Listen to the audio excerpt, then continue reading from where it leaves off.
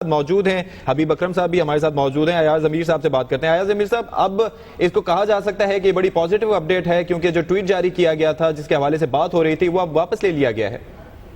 نہیں, پازیٹیو وغیرہ تو ہم اس پہ ویلیو ججمنٹ دے رہے ہیں نا کہ کون پازیٹیو اور نیگیٹیو اسے دیکھتا ہے, لیکن ایک یہ بہت بڑا ایک قسم کی ڈیولپمنٹ ہے کہ اگر میں نے وہ ٹیکسٹ نہیں پڑھا آئی ایس پی آر کی جو ابھی لیٹسٹ ٹویٹ وہ پریس ریلیز آئے گی تو وہ ہم سکرینز پر بھی شو کریں گے ایاز امیر صاحب, پر اگر وہ یہ کہہ رہے ہیں جیسے ہمارے رپورٹر نے کہا ہے کہ وہ جو ٹویٹ تھی وہ انفرکچوس ہو گئی ہے اور وہ سٹینڈز وتھڈرون, یہ تو پھر ہے کہ فوج نے بالکل ہی وہ جو اپنا موقف تھا اس کو ابینڈن کر کے اور ابھی وہ جو ہے ایک قسم کا فیس سیونگ جو ہے رویہ وہ اختیار کر رہی ہے.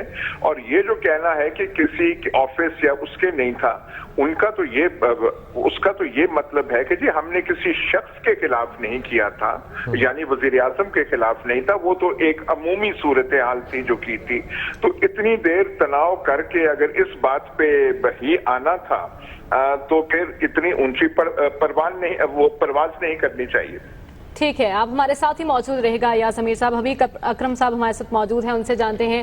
حبیب صاحب, کیا اس بات پر کہا جا سکتا ہے کہ دیر آئے درست آئے, پازیٹیو لگ رہی ہے آپ کو یہ پیش رفت؟ میں بہت ہی پازیٹیو ہے. پاکستان کی فوج ہماری فوج ہے, پاکستان کا وزیر اعظم ہمارا وزیر اعظم ہے, اور ہم نے اپنے وزیر اعظم کو ووٹ دے کر منتخب کیا ہے اور اسے اس ملک کا چیف ایگزیکٹو بنایا ہے.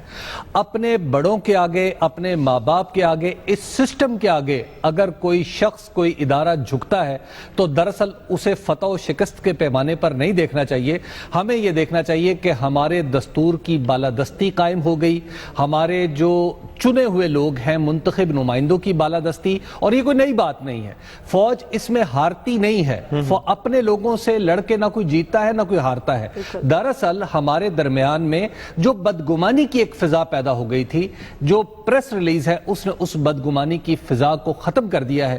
میں سمجھتا ہوں کہ پاکستان کی تاریخ میں یہ آج کا دن یاد رکھے جانے کے قابل ہے کہ وزیر اعظم نے پبلکلی اپنی فوج کے بارے میں ایک لفظ نہیں کہا, کسی وزیر نے کوئی اندھا دھند جیسے بیان بازی ہوتی ہے وہ نہیں کی, اور اسی طرح جو فوج نے ہے اپنی جو دیکھیے فوج کے اختلافات, فوج کو تحفظات ہو سکتے ہیں, ہم سب کو ہوتے ہیں, ہمیں فوج کے بارے میں ہو سکتے ہیں, لیکن اس کا یہ مطلب نہیں کہ ہم ایک دوسرے سے دور ہٹ گئے ہیں.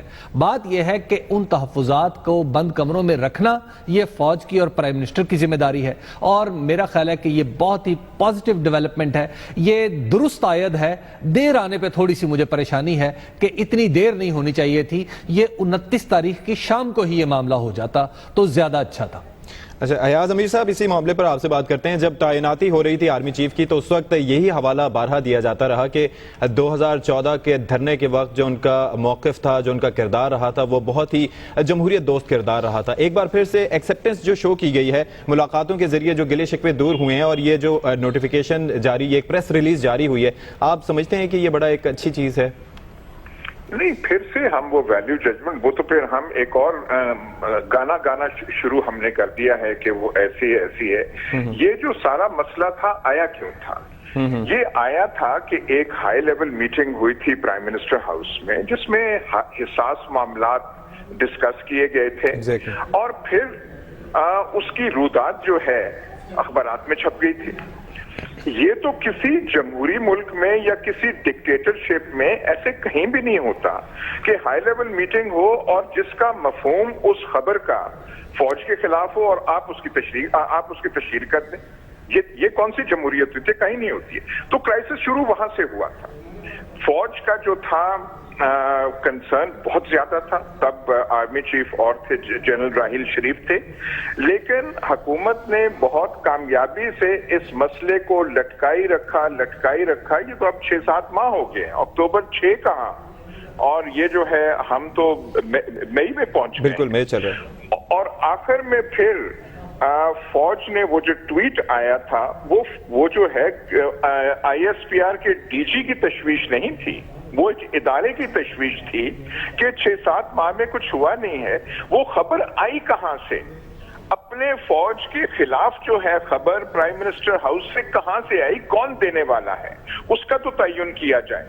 وہاں پہ جو ہے حکومت گریزاں تھی کہ وہاں پہ اصلی محرکات تک پہنچی جائے، لیکن پھر بعد میں جو ٹویٹ کے بعد صورتحال آئی، پرائم منسٹر نے ایک وہ سٹینڈ لیا جو ایک قسم سے پرائم منسٹر ونڈیکیٹ ہوئے ہیں، لیکن یہ کہنا کہ گلے شکوے سارے دور ہو گئے ہیں اور ایسے ہو گئے ہیں، بالکل نہیں ہے، دل میں وہ بات رہے گی، اور وہ جو ہے جو ڈسٹرسٹ ہے، جو وہ جو ایک دوسرے پہ اعتماد نہ کرنے والی بات ہے، اس فضا کو دور ہونا چاہیے، لیکن وہ گانا گانے سے وہ دور نہیں ہوگی۔ حبیب اکرم صاحب، آپ کچھ کہنا چاہ رہے ہیں؟ بہت پہلے بھی ایسے کئی واقعات دیکھے ہیں جب خلش جو ہے پیدا ہوئی، ٹینشن پیدا ہوئی، وقتی طور پہ چلی گئی، لیکن اگر اس مسئلے کو ٹھیک طرح سلجھایا نہیں گیا تو اس کے آفٹر افیکٹ ضرور رہے جس کا پھر ریپرکشنز قوم اور ملک کے لیے اچھے نہ ہوئے۔